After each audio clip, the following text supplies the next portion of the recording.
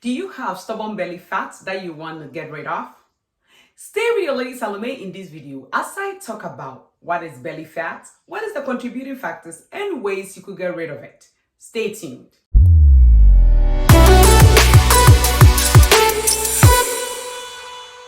Hello, lovely people. Welcome to Ezra Wellness, where you learn proven ways to healthy living. This is your lady Salome Adamako. I'm a nurse and a certified functional nutrition counselor. Today, I want to talk about ways that you could reduce belly fat. Thank you to all my subscribers, my followers on Facebook, Instagram. Thank you for your love and your support. And on that note, you who have been watching me for all this while but has not yet subscribed, please subscribe to this channel so that we could share out the good news to the world so that we all could live a healthy life together. Thank you for subscribing. Well, now let's dig into today's issue. I want to talk about how to reduce belly fat because I saw a lot of videos on Facebook, on YouTube, and it said, oh, drink this every night and you will lose belly fat. Eat this every time and you will lose belly fat. And when I look at them, I'm like, these videos are so deceptive. So now let's dig right in and see what goes on when we talk about belly fat. What is belly fat? When we are talking about belly fat and the ones that you watching me want to get rid of, this is not the fat that is under your skin. When you pick the skin on your stomach, you see you're able to hold it. And underneath that fat that you pick up, there is a muscle. And then underneath that muscle, there is fat around your stomach organs. So that is the kind of fat which is referred to as the visceral fat. That is the kind of fat that we are talking about that you need to get rid of. And all the time, when what studies show is that if you are a man and you measure around your belly button, and when you measure it, the circumference is greater than 40 inches, that means you have too much belly fat. And if you are a woman and is greater than 35 inches, that means you have a lot of belly fat. And what I say is that when you pick up your stomach and it feels so tight that you cannot hold it without even measuring it, that is what I say. That is when you know that you have enough belly fat that you need to work on. So let's look at the contributing factors to belly fat. When you talk about belly fat, this is fat that the body has stored around the waistline. And what contributes to this storage? Number one contributing factor is insulin. Insulin is a hormone that the body releases anytime that we eat, especially when you eat food that have carbohydrates, proteins, then the body will release insulin. And what is the work of the insulin? The insulin comes out to help your body and the cells to pick up the blood glucose that is in the bloodstream from the bloodstream into your cells and then into the other organs of the body that needs it. Because when there is too much blood glucose or sugar in your blood, it's not healthy for any of your body organs. So because of that, the insulin is released to get rid of this blood sugar that is walking around in the blood. When the cells pick up the blood sugar with the help of the insulin, whatever is left that your body do not need, that is the blood sugar that is left in the blood that your cells don't need to use at that time, your body is going to store it as fat. And this fat storage normally is done by the liver.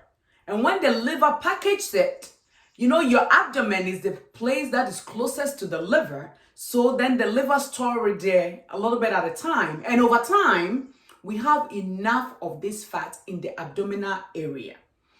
Another contributing factor to the belly fat is cortisol. Cortisol is a hormone that your body will release anytime that you're stressed. And cortisol, the synthetic form of cortisol, is prednisone. If you're listening to me and you've taken prednisone for anything, let's say a swelling pain before, you know when you take on this prednisone medication, it makes you eat a lot because it boosts your appetite. And then whilst you eat like that, it makes your blood sugar also go up.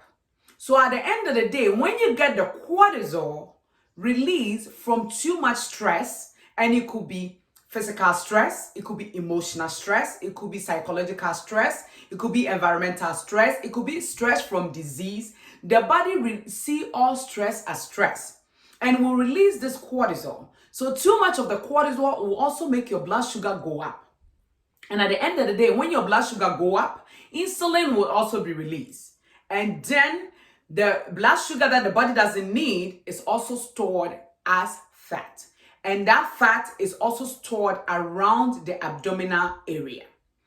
Another contributing factor is inflammation. It's part of our immune system, how the body heals. For example, let's say you get a cut on your finger or you get a stab nail in your foot. You see that over time it swells up and it's red and it's swollen. That is inflammation that we see with our eyes.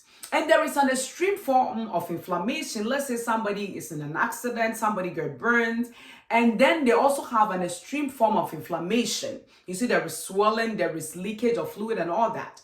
And then in between these two extremes, we do have chronic form of inflammation where there is no pain, you don't see the swelling because it's happening internally.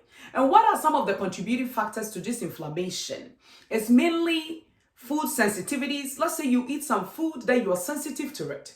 Anytime that you eat that food, your immune system is going to mount up this inflammation mechanism against it like it's mounting against a bacteria.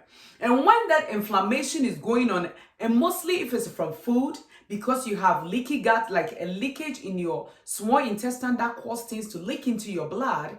And we have about 75% of our immune system sitting right in our gut.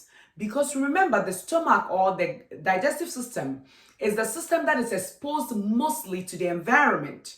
Throughout the day, all the food that you bring in is foreign to the body. So if the body picks up anything from there and it realizes that they don't know it or you are sensitive to it, that inflammation mechanism also goes on. And because it's happening right around the belly area, we tend to store more of our fat in that area. If you're watching me up to this time and you have not subscribed, I want you to hit that notification bell and subscribe to this channel so that you don't miss out on a life-saving video. Thank you. Now let's look at the dangers of this belly fat. Why is it such a concern? Apart from it being disfiguring, that doesn't make us look good, that we all want to get rid of it. This belly fat itself too, when it stays there, what is happening is that it becomes an organ that produces hormones. And you say, what kind of hormone that is produced? It's not producing good hormones. If you were a man and you have this belly fat, it will cause your testosterone to flip to estrogen. So that you see that a lot of men who have belly fat tend to have breasts, men boobs, because your testosterone is flipping because of the belly fat contributing to the hormonal changes. Another thing is that if you also do have this belly fat and you are a woman too, it also flips your estrogen to testosterone, that makes you to start grow a lot of facial hair. So because of that, you want to get rid of this belly fat at all costs. Another contributing another danger of this belly fat is that when we have this belly fat, it causes us to be prone to a lot of disease condition. This fat that is sitting there is producing what is called cytokines into the bloodstream and is producing a lot of havoc to the body. Because of that, your blood pressure will go up. Because of that, it will make your bad cholesterol go up. And then people are at risk of sleep apnea. And then also, it's a contributing factor to colorectal cancer. Because of that, you want to do everything to get rid of this belly fat or reduce it. And you're saying, Salome, how can we do that? When it comes to getting rid of this belly fat, there is this I want you to know. Anybody that needs to lose belly fat, that person also needs to lose an overall weight. So most of the time, we say belly fat, but you need to lose overall weight. So that means you're going to take your time to do this. Remember, you did not put on all this fat in a day or two. Sometimes we're taking about years to put it on. So that means you have to take a couple of months and even a year to take it off. By doing that, you give your body time to release the toxic in the body a little bit at a time into the bloodstream for the body to be able to get rid of it so you don't overwhelm your body. People want to lose weight and do it very fast because what happens is that our body holds on to the fat. It's where the toxic in the body is stored. So when you release too much of it in the blood at one time, it could alter your health and it could lead to some other health complications. So you want to do it slow and steady is the way to go. And what I always say is that make sure you are losing weight every single week. Once you are not putting any weight on, that means you're doing a great job. So with that said, let's see how you're going to get rid of this belly fat. Now you know how the belly fat got here. Now you will know how to get rid of it. The first place to start is that insulin is the number one contributing factor to this belly fat. So because of that, we want to bring our insulin levels down so that we will start getting rid of this belly fat. So how do you bring your insulin levels down? We know that we get insulin when we eat a lot of refined carbohydrates and some protein. Also, we increase our insulin, but not as much as carbohydrate does. And fat is what do not bring up our insulin. So because of that, when you want to get rid of your belly fat, the first place to start is with food. I believe food is about 80% contributing factor of bringing the belly fat down. You could drink whatever you think you could drink. You bring the belly fat down, but when you don't eat the right food, you will go right back to the weight that you lost from drinking whatever you drank. Because of that, you want to eat whole foods. And this is what Ezra Wellness has been talking about. And if you're worried because you don't know where to start to eat healthy, you give your lady Salome a call. I'll make a personalized plan for you. Or you could check out my YouTube channel, how to kickstart your immune system. There's a lot of videos on there on how to start to eat healthy. And you want to take sugar out at all costs because sugar is a contributing factor to inflammation, and sugar causes a lot of sensitivities in the body, and that do not help and will make your blood insulin go higher. Also, after you look at what you're eating, that means anytime you come to eat, small portion of carbohydrates, a lot of fiber, and a moderate amount of protein, and then you have high amount of fat with your food.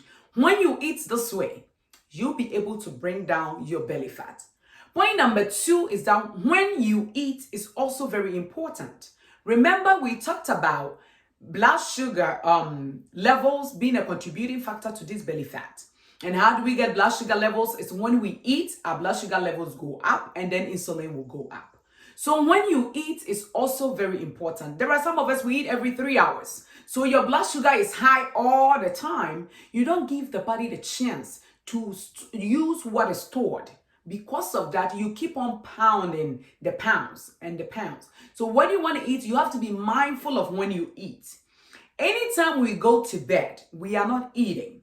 So let's say you have your last meal at 8 p.m. and you go to bed and you wake up at 6 and you wait till 8 a.m. It's 12 hours of you going without eating. And if you push that up to about 10 a.m. and when you do that and you push your eating window far away and then you eat whole healthy foods, that will also help you to reduce your belly fat. Then we also talked about another contributing factor, that is stress. I know the times that we are in, a lot of people are stressed out. There's a lot going on in our communities, but find ways to manage your stress. If you have psychological stress, find ways to manage it. Meditation, reading the Word of God, prayer, walks, all of these things help to manage stress. I have a video on how to manage your stress. You could check it out and that would help you. If you have an extreme problem and you think you need to speak to a health professional, please don't hesitate to do that. Because when you decrease your stress, your natural cortisol hormones will come down, and that will also help to decrease your blood sugar so that you don't have to store any more fat. Then the next thing that I would say is that make sure you are having enough sleep, because sleep helps us to release a lot of great hormones like growth hormones that will help you to burn fat. So make sure you're having good sleep, because sleep is a contributing factor to weight loss. So if you're not having enough, if you don't sleep, your body is going to perceive it as stress. You're going to eat more, and you're going to store more. And the last thing that I want to talk about is exercise, because I know you're thinking, Salome, you talk about reducing belly fat and you haven't talked about exercise. Yes, I haven't, because let's look at this. If your belly is big, there is no way you'll be able to do a whole lot of exercise, because that belly that is there is actually discomforting and you don't have enough energy to do the exercise to begin with. So where I always tell my clients is that start with food, try to bring the weight down, and then we talk about exercise. And what kind of exercise would you be able to do? You see a lot of people with a lot of big exercise running on YouTube and say, do this to lose belly fat. Those kind of exercise, you cannot do it in the first place. And then when you do it too, it's not going to help for you to lose the belly fat. But mild exercises like walking, when you walk down the street, make sure that you are active throughout the day. And then when you lose most of the belly fat, then you could do some crunches to help to bring the muscles in the stomach, make it tighter for it to peek through. I hope these tips would help you as you start on your how to lose your belly fat journey. I want you to share this video, like it so that other people could find it, and subscribe to this channel if you haven't already done that. Thank you so much for watching this video, and thank you for your time. Until I see you in the next video, remember, this is Ezra Wellness, where you learn proven ways to healthy living. Thank you for your time.